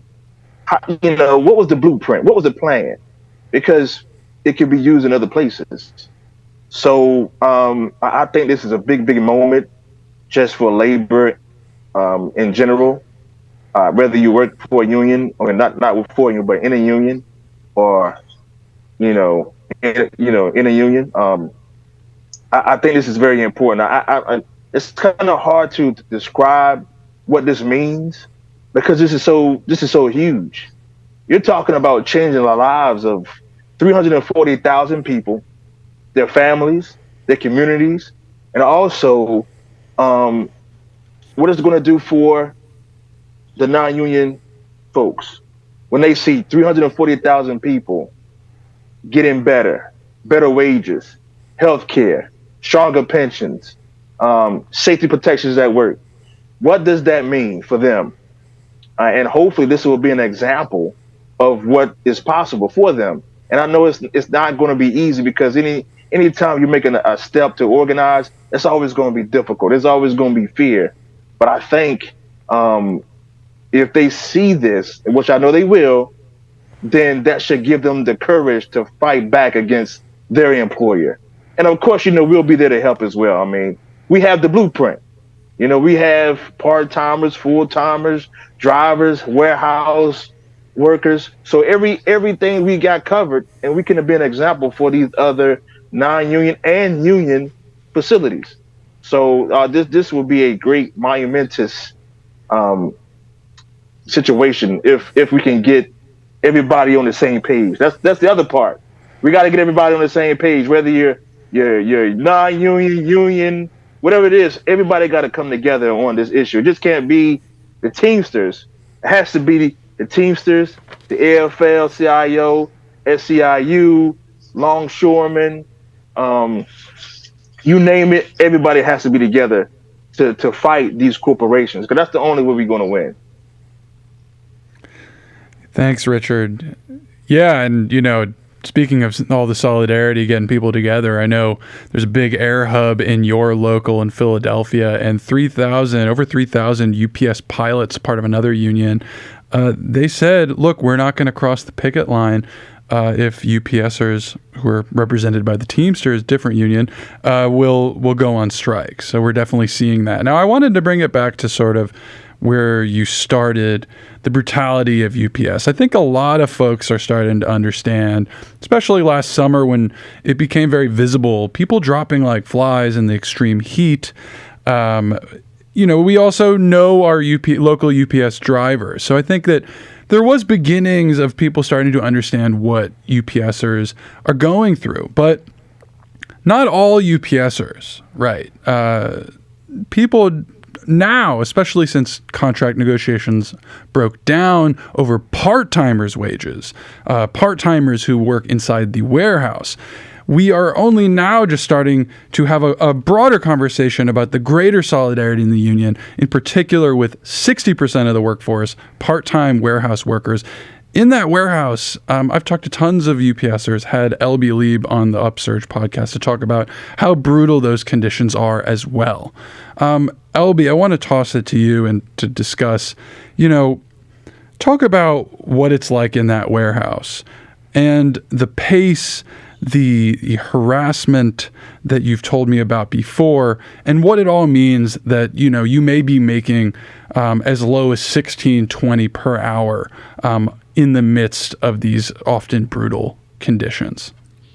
Yeah, right on, Teddy. And I think in my building it's $15.50 to start. I'm not sure when they get that $16.25 or $16.50. I've heard. So depending on where you live, it's a lot less, right? But I would say there's a couple things I want to talk about. For example, for me, we came out of this COVID period, and during that COVID period, we were working, a lot of us were working 6 days a week. We were working, 6.5, 7 hours a day. And that was for years, right? 2.5 years, right, of doing that on concrete floors. And I've been doing this, like I said, for a while. And so for me, it was it has an impact on my body. I know for other folks who have been there for a while, our bodies eventually tear down. And so anyhow, but we had this pace that was going on, because everybody was ordering. And so we were putting these hours in and stuff. And oftentimes I like to say, if you have 6 hours of work, if you're doing work in 6 hours, UPS actually has 8 hours worth of work for you, right? So you're always trying to do more and less. And so after this peak, it seems like, I don't know if it's because, and when I say peak, I mean the Christmas period, it seems like this pace has just increased. And there's been, in some places, there's been a slowdown as far as overall volume. And so you've had 22-4s jumping in to work on preload and stuff like Patrick was saying. But overall, we've seen this increase in our volume, at least where I'm at. And I'm having, instead of loading, at one point in time, I loaded 3 trucks. And then it's 4 trucks. And then now it's up to 5 trucks. And literally packages falling off the belt, complaints about egress. you're worried about being struck by packages and overweight packages being put on the belt, which is a contract issue. And so you just have these conditions where they're constantly pushing you. And like I said, if you got 8 hours worth of work, you're going to get it done in 6, because they don't want to pay you that overtime. They don't want to pay you. Maybe it'd be a full-time job, right? But they don't want to acknowledge that. So you're always being pushed. The conditions in my building in particular, and this is depending on the newness of the building, UPS likes to keep old facilities. We don't have fans on any of the belts, except we have one new belt that they put in, which is an extended type prefab type belt that actually has fans in it, and it's like one of the cooler places. The rest of the building, the original building, we don't have any fans except for 2 fans in our primary, which is where the trailers get unloaded. And it'll be 70 degrees outside, but in that building, it's like 80, 90 degrees. There's no air movement. It's hot. You're trying to do this volume, this work that's coming at you at this pace. And I don't mind to complain about it. At some level, I've been doing it for this long. I enjoy this sense of accomplishment that I get, but that's the problem. Oftentimes you're sort of put in a position where you're trying to load your trucks, but you can't. You want to put the packages away like you're instructed to, use the methods that UPS teaches you, but you can't. They set you up in a catch-22 system. It's like, I can't do this because I can't pull these packages off quick enough and put them in the trucks. So you just end up stacking things, and then eventually things are falling on the ground. And that's not just the work in the building, because I want to address something too. And I think one of the other panelists mentioned this is, and I think maybe it was Patrick or whatever, but the schedule, right? He talked about coming in and double shifting, working preload, and then maybe coming back and working a reload or a local sort, which is in the evening. So the preload is when we load the trucks in the morning. And that schedule, in general, it's kind of, you're like, okay, I'm working between maybe 3 a.m. to 8:30, or maybe it's going to be 9, or maybe I'm working at 2, and maybe I'll be done by 8:30. And it depends. So if you're trying to plan a schedule, like, that makes it hard, right? And some people might say, like, well, what are you doing in the middle of the night but if you have childcare, you need to leave at a certain time to get your children on the bus or whatever, or to meet your partner, and it's really hard to plan. And then also too, unless you're working at night and then you go home and you don't have anything to do and you can go to sleep, you're not your schedule split up, because like for me, like, I'll go to work and maybe I get a nap afterwards or something, but I have stuff I have to do during the day. I'm like a vampire trying to live during the day, and oftentimes, like, you're sleep deprived. You're not getting enough sleep. So that's another stress on your body. Another thing, like, I was going to say too, having that schedule, trying to interface with like the rest of society, over a period of time, it gets difficult. And I don't mean to sound like I'm complaining about stuff, but that is long term. That has an impact on your body. It's had an impact on my body, hypertension, and things like this. So when you're young and you're flexible, and it seems like a great job, and I think that some of it is that UPS during this whole contract negotiation was really trying to sell part-time work as a gig job, right? It's the job you can do before you go to your business that you as an entrepreneur are starting to do, right? They were trying to sell it that way. And for some people that works. But for a lot of folks, like I said, that want to be there long-term because of the benefits and they have a family, or because that's the schedule that can work. And this is kind of I believe UPS is a good job. Otherwise, I wouldn't have done it for so long. But there comes a cost with it, and that's what we fight for. It can change your family tree, I feel. We talked about, we wanted part-time jobs with dignity, right? It's not just getting those full-time jobs. Yes, some people can do those. I don't want to become a driver. I've driven. I've been out there. I'm 54 years old. At this point in time, I don't think my body can handle it. I know the pace. So, for me, looking for an inside combo job, those full-time jobs that they're promising us, that is also another thing that some people might want to take advantage of, and that would really be a game changer. But like I said, there's a lot of us that are part-time for a reason, and we want we want to stay there at UPS. We're proud of what we do. We believe it's a good company, and we do have excellent benefits, but we're always fighting for what we get. You know, they don't give us anything for free. It's like Tony was saying, as soon as the paper's dry, you know, we need to be fighting for this contract. This is why this is so important to me. It's not just like people, I have friends and stuff that are in labor and stuff. Everyone's looking at this and they're saying, wow, this is this pivotal moment, you know, as far as the labor movement. What's going to happen? You know, are the Teamsters going to really bring it home? And what that impact would mean for others, you know? So like they're calling this like the labor summer, right? So I think that's important. But it's also this energy that we've built up. We need to carry it into, if we accept this contract or whatever happens, this energy that we have needs to continue on.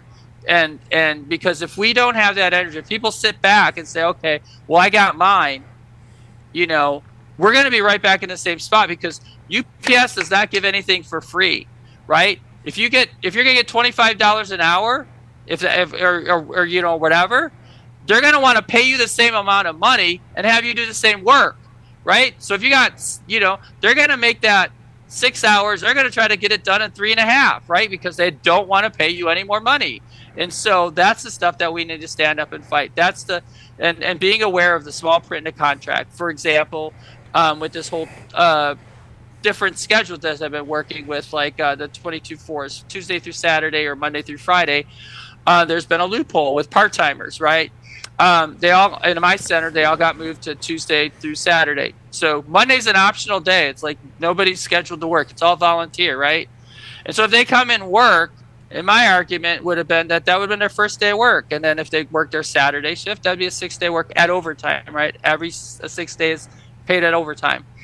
Well, UPS says, no, this is extra work because it's outside their extra schedule. So this is a trick that they do, because Saturday's like, you know, this past Saturday was a 6-hour shift, right? 6.5 hours. Monday might be 3 hours. So, right. So this is a way to like short people, right? So if we're not aware of these things, if we don't resolve these things, we're going to be missing out. So we got to get people energized. We got to be focused, get them educated on their contract, and get them to fight for it. And even if like, maybe we feel we should get a certain wage. If it pans out that we don't get that $25 an hour, this contract, this is just a stepping stone. I think it's important. It might not be my fight. I might be retired in 5 years, but we need to set that stage so that people are moving on to the next thing and making sure that those cars that are supposed to have air conditioning have air conditioning by 2020 or in 2024 going forward, right? So this to me is the energy that we need to keep, and this is why this is so important. And so, I don't know. I got anything more? Yeah, thank you so much, Alby, for elaborating on all of that. You know, I really appreciate you explaining. You know, you're not just complaining about your job. This is an important job to you. You know, it's one of the few part-time gigs, or not, I won't say gig, part-time jobs that gives you a pension, that gives you health care. And you are emphasizing these struggles and fighting for a better job so that other people can make a career out of UPS. Right. Now, I want to talk about tiers, so I'm going to pass this to Patrick, who's a second-tier driver. You know, in many ways, we could talk about the original tiered system at UPS being the full-time, part-time divide, but a newer tiered system, which entered the fore in 2018 with the creation of the 22/4s, who are these second-tier drivers who are second-generation drivers, pretty much doing the same thing as Tony did, right, a package car delivery driver, but they get less protections from forced overtime, excessive overtime, and they get paid less. Patrick, can you talk about that experience, what that means in the union, what that means in the workforce? Also, the fact that it appears that it will be abolished in this tentative agreement if it's ratified. And then also, finally, you're an Amazon organizer. We're seeing rolling pickets across delivery stations right now at Amazon with the Amazoners, delivery drivers and dispatchers over in Palmdale, California on strike. What does it mean to abolish the two-tier for Amazon organizing? Yeah, I mean, to piggyback a little bit off of, the solidarity that Alby was referencing, I think that in building that momentum, taking that momentum, just to touch on Amazon before going into the two-tier, I was just a part of and involved with, the extended picket lines in North Haven, Connecticut, and in Norwood, Massachusetts. We stood in solidarity with the 82 drivers that walked off the job in Palmdale, California, and using the momentum surrounding the UPS contract campaign, we were able to garner a lot of support and a lot of power, not just with Amazon workers directly, but in the community as well, and supplementing UPS drivers to come out and support and actually educate them on what's going on at Amazon. So I think capturing that energy and applying it to Amazon, translates really well. And we saw we had a huge success in both North Haven and in Norwood, extending those picket lines, hundreds and hundreds of people out there, chanting at the top of their lungs, and it was unbelievable. So we definitely want to keep that momentum going. But to get back to the two-tier, I mean, as I said before, I was hired in 2020. I'm a COVID baby, as everybody likes to reference. But with that comes a lot of things. Both the company and the IBT were in a very unique position during COVID. I mean, UPS was hiring at an unbelievable rate to keep up with the volume and secure jobs and keep the packages flowing and keep the economy going. At the same time, the union was processing all these new members, and a lot of them had never been in a union before, never been exposed to what it means to be in a union, never had family members in a union, so they have no clue what it means. We had some 22-4s that didn't even know they were part of the Teamsters when they joined UPS. So, once you make book, you become a Teamster, and it, to tie in TDU as well, I actually reached out to TDU organizers. I'm a TDU member myself, and they really helped support me in helping educate the new 22-4s in my building. We put on an educational workshop. We had about 75 22-4s that came out that were eager to learn about what it meant to be a Teamster, the history, a little bit of history with the Teamsters, what your 401k meant, what your pension meant, what your health and welfare meant, how important those things were, how many hours you have to work to secure those benefits, how, what rights you have, because maybe as a 22-4 you don't have 9-5 rights, but you can still file grievances on a supervisor working or touching bargaining at work. A lot of people were under the misconception as a 22-4 that we had no rights at all, which is not the case at all. So there was a lot of chaos surrounding COVID, especially initially early on, and we had to fight to get masks, we had to fight to get hand sanitizer in our trucks, we had to fight. This has been a constant fight since the beginning of COVID. Since I got hired, every day walking into the building was a fight. And, of course, everybody is starry-eyed at a new job when they first start, and everything's new, and there's new processes, and there's new people, and it's exciting, and everybody wants to do a good job, and they want to, they work hard.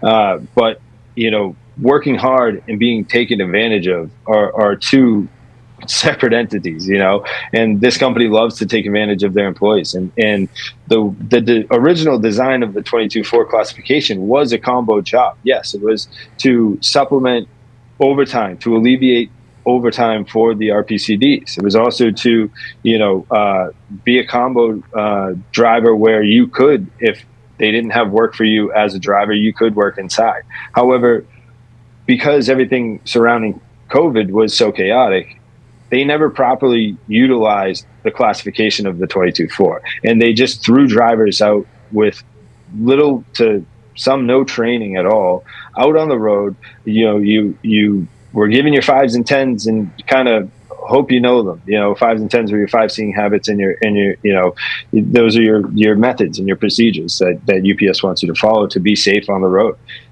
And you had drivers that were out, busting their ass, saying that they're doing, me personally, it took me a while to slow down in the very beginning and understand, that I was pushing myself too hard. I was up to well over 200 stops a day. I was delivering up to sometimes 500-600 packages a day. And until my local stewards came up to me and approached me and said, "Hey, look, slow it down. You're going to hurt yourself. This isn't the way that we work." There is being efficient, and then there's being safe and being cautious and doing the job properly.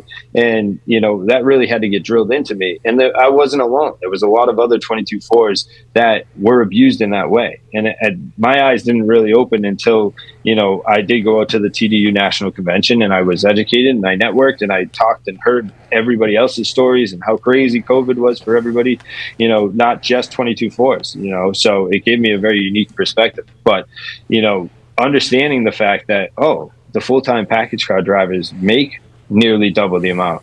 How come, I'm working 13, 14 hours every single day and getting home at 11 o'clock? And just like a part-time shift, when you report and punch in at 10 past 9 in the morning, and then you're out until 11 o'clock every night, what quality of life do you have? If you have kids at home, how do you spend time with them? If you have even just simple chores, doing your dishes, doing your laundry regularly, doing basics, mowing your grass, these are things that you shouldn't have to worry about taking care of one day a week because you're working these egregious hours, and on top of that, the physical aspect comes in, and, delivering 500 packages or 500 of anything, is going to abuse your body. Nevertheless, you're going up and down 3 steps, every single stop, somebody else's steps, the pace, as if I know that Alby had mentioned as well, that, the pace as a driver,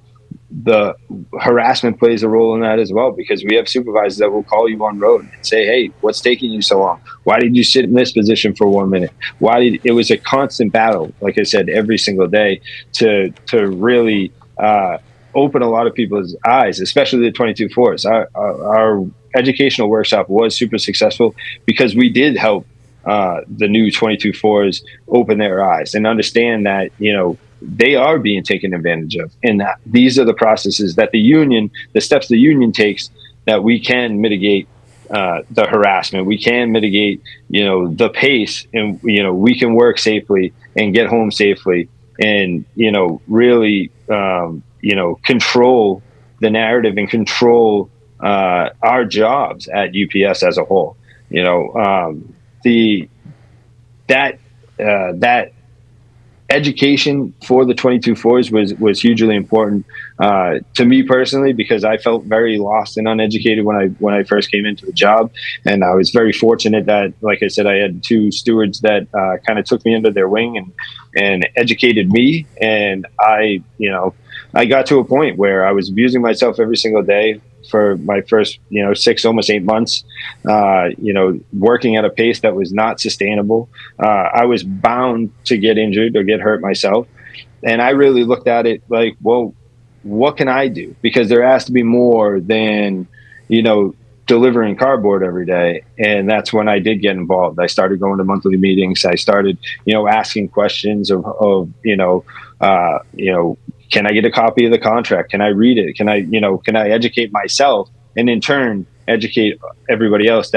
Because I knew if I was feeling the way that I was feeling initially when I got hired, I knew that I wasn't alone in that. And with the other 22-4s, I knew that other people felt the same way, that they felt lost, that they felt, like they didn't have a clue. And they also felt the weight of being taken advantage of by the company, and nobody knew if they could speak up. Would they get in trouble? Would you get disciplined? Would you, so really helping educate that, push the 22-4s. And that's why, we saw a great stand in solidarity, especially I can speak to my local 22-4s, part-timers, full-timers, all stood together in solidarity, whether it was in the morning on our practice pickets or in the evening for our part-time shifts.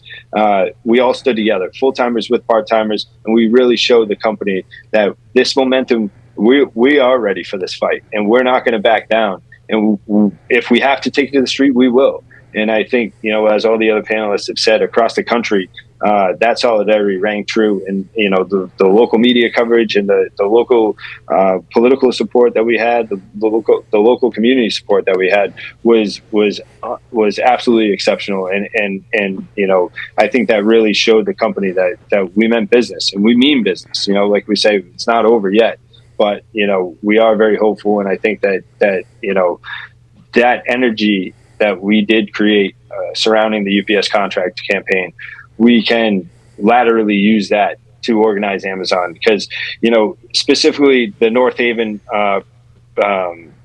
strike line extension from Palmdale, I personally was blocking a back entrance there, and we blocked probably about 15 tractor trailers that were either trying to pull in or pull out. It was about a 3-mile stretch. 3 of those tractor trailers did have to back up about 3.5 miles, which was pretty unsafe, but we got our point across there. And I, as an Amazon organizer, had the opportunity to talk to every Amazon employee that was leaving that building that day. And I spoke with over 200 Amazon employees, and the overwhelming vibe was that they are ready. They are fed up with the shit that's going on inside the buildings. It's very similar issues. You know, pick rate, you know, they can adjust your pick rate, which means the packages that you pick per hour. You know, sometimes that rate is up around 300 to 400 packages in an hour, you know, which is absolutely insane. You know, like I said about UPS, it's unsustainable work standard, you know, and you're only bound to get hurt or even worse, you know. So I think that, you know, that response from getting that response directly from Amazon workers in North Haven, Connecticut, you know, they overwhelmingly said, we need the union, we support you, we're ready to fight, you know. So that is building the solidarity that we need, and that is, like I said, laterally moving the energy that we have surrounding the UPS contract campaign, not just to Amazon, but to the labor movement as a whole. Hell yeah. Well, gang, I mean, I could talk to you all for hours, but I know it has been a very exhausting day for all of you. It has also been an exhausting day for our incredible team here at The Real News, and I got to let people go home. So we're going to kind of wrap this up with a final lightning round, but I really, really just wanted to thank everyone who has been watching this. We've had incredible engagement in the live chat, a lot of members, UPSers, a lot of supporters, a lot of folks with questions about the TA. Again, we tried to give updates at the top of this live stream based on what we know now, but as all of our panelists have said, the devil's going to be in the details, and it is ultimately going to be up to the membership to vote on whether or not this tentative agreement is accepted as the new 5-year contract, and that's going to be playing out over the next month, culminating in August on the 22nd of August. So be on a lookout for that. We have posted some links in the live chat with a few more kind of details on the details of the TA as we currently know. So I know you have more questions, and I'm sorry if we weren't able to get to all of them, but I really, really can't thank our incredible panelists, Richard, Tony, Alby, and Patrick, enough for giving us so much of their time, being so generous with their insight and experience, and to Teddy. I mean, it's been a real honor co-hosting this with you, man, and it's been an honor fighting alongside you to cover this as you and Ruby have done on the Upsurge, with humanity, with grace, with grit, and with a fierce commitment to our fellow workers. So I wanted to say that because I am going to ask a final lightning round question here.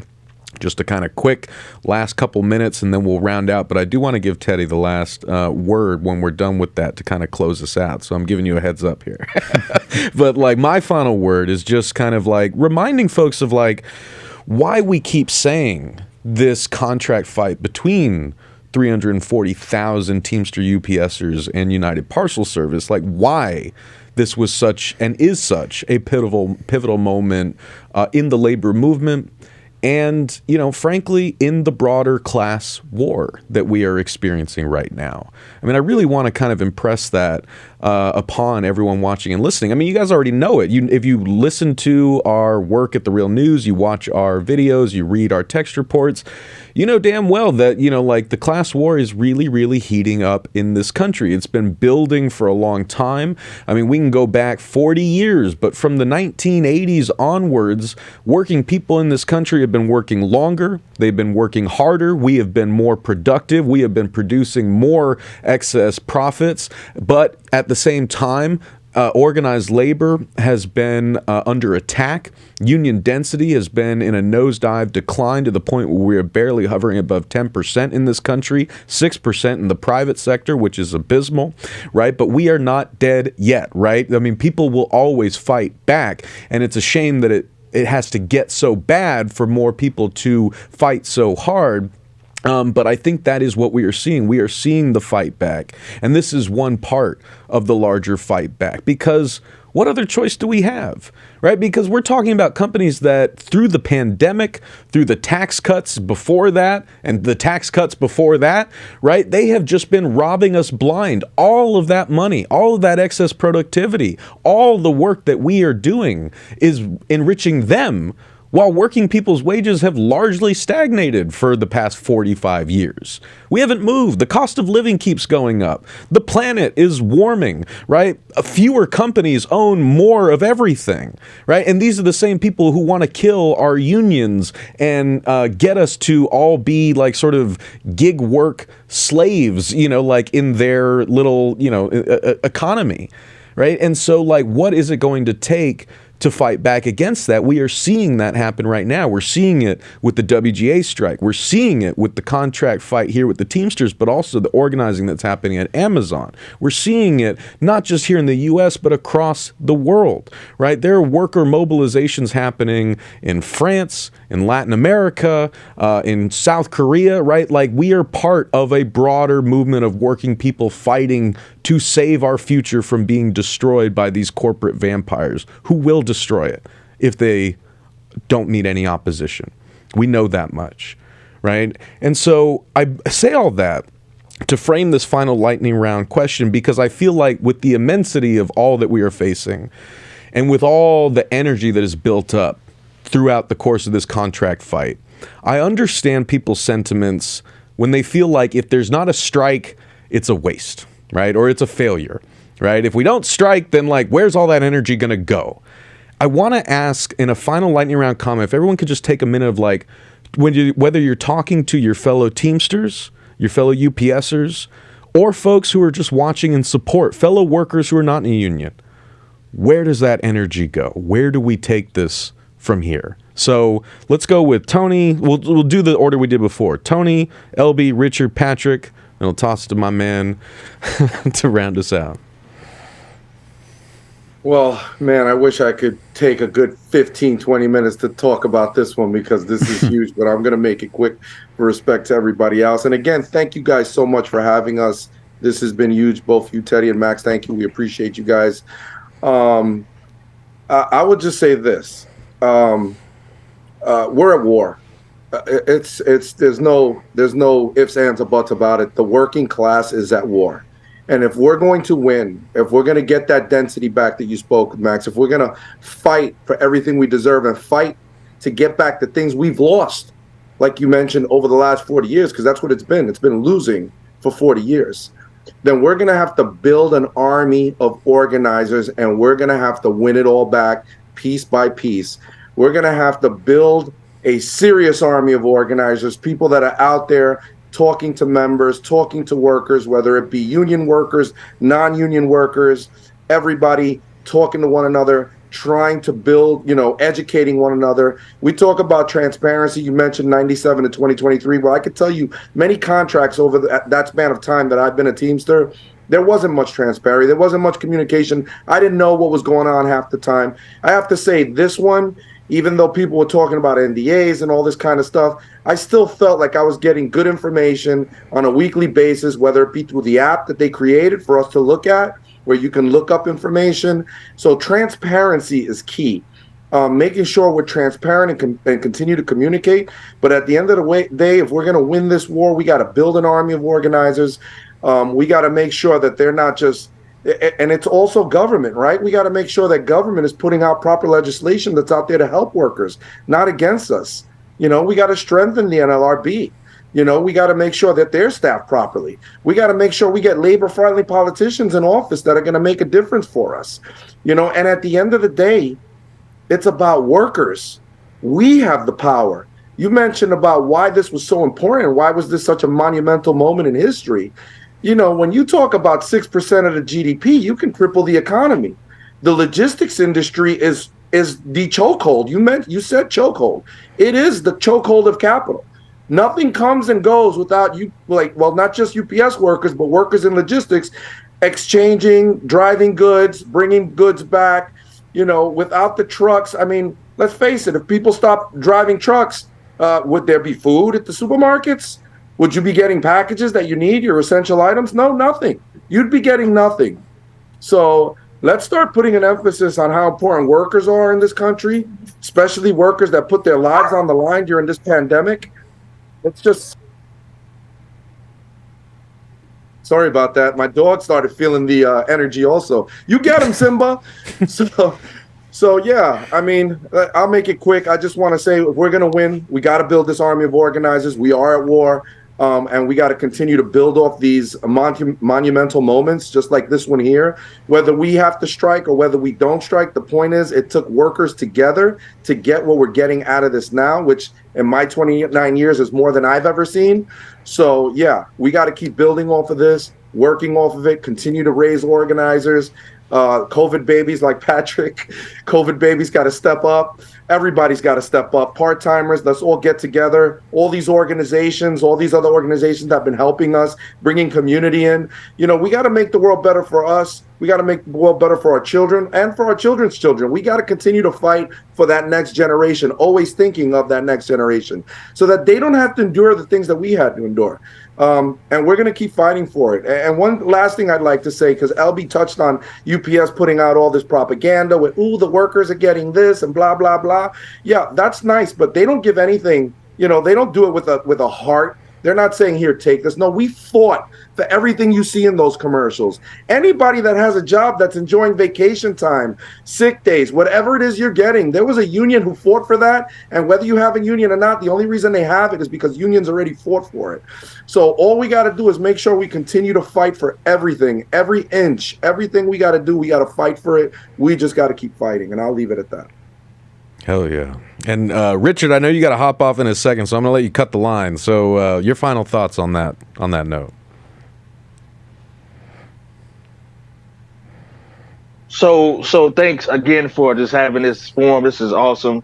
I actually got to go now and get down to our buildings because a lot of our members are frustrated and concerned about the TA. So I got to go down and pass some information out so everybody will know exactly what's going on, because what we don't want to do is start to lose that engagement, that intensity, that involvement that we have, because they may have not seen something that they thought they were going to see in the TA. So that's why I have to leave. So again, thank you for this. But the energy that we have now, we have to keep it moving. We have to make it grow. Because again, just like what I'm about to go face now here, we don't want that energy to be misplaced, to go away, to become stagnant again, like we were for so many years. And so what we have to do is continue to, even after this contract is done, whatever the case, whatever happens, we still have to use that for the next fight, and the next fight, and the next fight. Because UPS is always going to be in the wrong for something. Supervisors are going to work. They're always going to violate the contract. So there's always an opportunity to organize around an issue. I think all of us on here are organizers, because that's really what unions are supposed to do. The lifeblood of a union is organizing, no matter if it's a company internally or just something that's going on with your shop. And so we have to make sure that we weaponize that energy to make sure that we're winning for our members. So again, like Anthony said earlier, let's continue to grow this. Don't let it die, because this is too important, too valuable just to put it on the shelf and wait for the next 5 years or the next contract or the next struggle. There's always an opportunity to fight for our members. And we need to make sure that we're always fighting for them, because if not, then it's going to be like it was before. No transparency, no trust. Nobody knows anything. Everybody's mad at each other. And then guess what? The employers are winning. The CEOs are getting more profitable. The corporations are becoming more dominant. And what happens to us? So we need to make sure that we continue this vibe, this fight, to continue to win for our members. And I'm looking forward to the next battle, because I already know we're going to win it based on what we've been doing. So thank you again. Sorry I got to leave, but I got to put a whole lot of fires out. So I'll talk to you guys later. Thanks so much, brother. We appreciate it. Okay, Alby, Patrick, Going to you guys to close us out, and then we'll toss it to Teddy. So I want to echo whatever the other panelists said. Thanks for having us here. I really appreciate the opportunity. Hopefully what we've all shared is important and people understand the message. As far as I kind of want to echo I think what Antonio and then Richard has just said. I think, and this is how I got into being more active in my union. It was through TDU, Teamsters for a Democratic Union. We've seen that movement in the UAW, the mentioning about transparency, openness. So I think that as far as us being in a union, that is an important message for us to maintain, a mantra for us to repeat as far as what we want in our union. And to share that message with other unions, I think that's really important. So we don't have these sort of old boy network that businesses have, that we're not replicating what they're doing, right? That we have, rank and file power, rank and file democracy, and spread that message. And to speak to the larger question as far as capital and the gains that they've made, especially what we see over, during the period of COVID. We saw this consolidation of wealth in the upper 1%, and the broadening of that wealth gap, and that needs to change. And I believe in large part unions help make that happen. And so sharing the message of what being in a union means to others, and then encouraging them, and if it comes to pointing them in the right direction of how they can form unions in their workplace, if that is something that works in that industry. I also think that like we talked to, I think there's a cult. We talk about the culture war.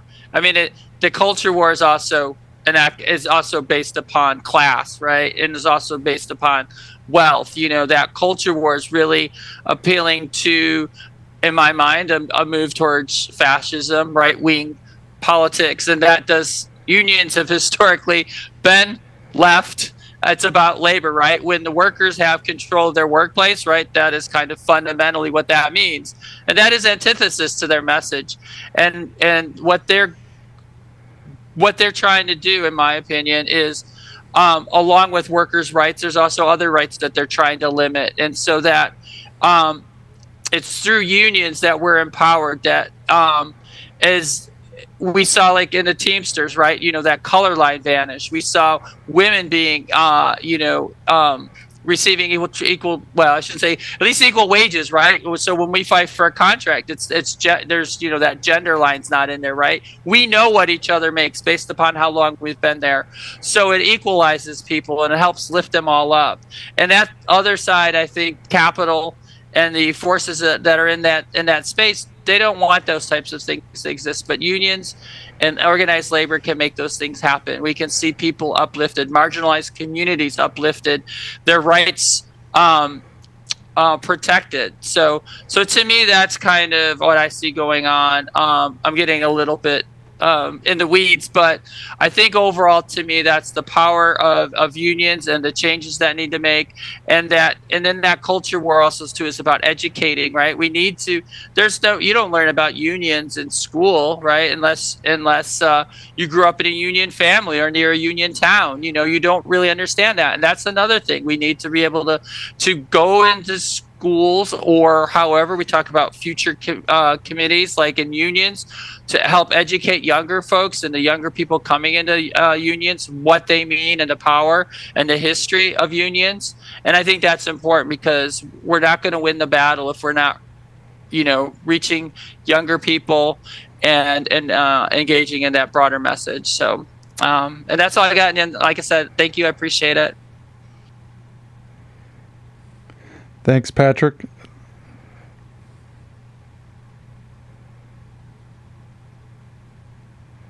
Oh, I think you're muted. Sorry about that. I just was saying, Max and Teddy, I wanted to thank you guys again so much for the opportunity to share our experiences with everyone. And to echo Alby and Tony, we are at war. The class war is real, and the wage gap has been shrinking. The 1% is growing, and it's out of balance right now. And I think your question of channeling, how do we channel the energy and really maintain all the momentum that we've built surrounding the UPS contract campaign is get back to the basics, to echo, what Alby and Tony and Richard have been saying as well, organizing and all these things. But I think getting back to the basics and how we really utilize this energy is what I mean by back to the basics is the one-on-one conversations, really get into, getting in front of our members or non-union workers and spreading the message individually. Social media is great, and spreading the message to the masses is getting the word out there is fantastic. But what I've really seen a lot of success, especially through the UPS contract campaign, as well as now the Amazon campaign, is the one-on-one interactions. When you are genuinely telling somebody from the bottom of your heart that they can see, your passion, they can see how genuine you are being and how heartfelt you are about what you're talking about. When you look somebody directly in the eye and tell them, we are fighting, we're fighting the good fight, and this is why we're fighting, and we want you to join our fight because, as Tony said too, this is all of our fight. And having, seeing the support we on our practice picket lines, we had SEIU, we had other local unions that came out to support us, and we should be one union. It should be one fight for the working class people. It is everybody's fight. So I think really just channeling the basics, getting back to the basics and channeling that energy with one-on-one interactions and being genuine and heartfelt about your message and being clear with your messaging, proves a lot of success. I mean, we saw it we're seeing it now. I keep getting ahead of myself. We're not at the finish line quite yet, but Sean's messaging has been clear and transparent this whole contract campaign, and we've seen the impact and the effect that it's had on our members as well as non-union workers and them coming out to our rallies. I mean, we had some Amazon workers on our practice picket lines. We had some of our they got to experience and see, feel the energy, feel the authenticity of it, and really engage with some of our full-timers, from some of our part-timers, some of our drivers, some of our feeder drivers even, getting them to chat with the Amazon workers and have that interaction. That I think is really what it comes down to at the end of the day, that human-to-human interaction really generates that camaraderie and that solidarity. Great. Well, thank you guys so much for each of those responses, for taking all this time to come here and speak with us. Thank you. I just want to say thank you to The Real News. Thank you to In These Times. And thanks to our audience on this live stream. Thanks to all the UPSers out there. I just want to make this quick, what's on my mind. When Ruby Walsh and I started thinking about the Upsurge, even just the name of the podcast, obviously, UPS is in the name of the podcast, but we were wondering, should there be a question mark at the end of the name? Is this the Upsurge that we're looking at? And I think, it's important to be sober about have a sober assessment about what's going on. We're not where we should be. And I was talking recently with a friend of the show, Barry Eidlin, about the last time we saw legitimate, incredible labor activity strikes, and that was in the 1970s. The difference was at that time, labor was somewhat on the defensive. Right now, we may be seeing, I think, a smaller upsurge of labor activity, but the difference is we're potentially on an upward trajectory. And it's going to be workers like those on this panel. It's going to be UPSers across the country. It's going to be 160,000 actors, 11,000, WGA members, hotel workers, medieval times workers all over this country that are going to make that upward trajectory and really see the upsurge that we haven't seen yet, but we'll hopefully see. Hell yeah. Well, I thought that was beautifully put, my man. And to everyone watching, again, thank you for hanging with us for 2 hours. I hope we answered as many of your questions as we possibly could. We got to bring Teddy back and do this again when we get close to August 22nd, when we'll know, whether or not the Teamsters members are going to accept this tentative agreement. But that is all we've got for you right now. I suggest we all get some rest. And to everyone else watching, like, if you are wondering where to channel that energy, there are picket lines all over this country right now. Go find one. Go support the writers. Go support the actors. Go support everyone that we've mentioned over this live stream. They need your help too. That is where you can channel this energy. So thank you so much for caring. Thank you so much for watching. For everyone here at the Real News Network, this is Maximilian Alvarez signing off. Take care of yourselves. Take care of each other. Solidarity forever.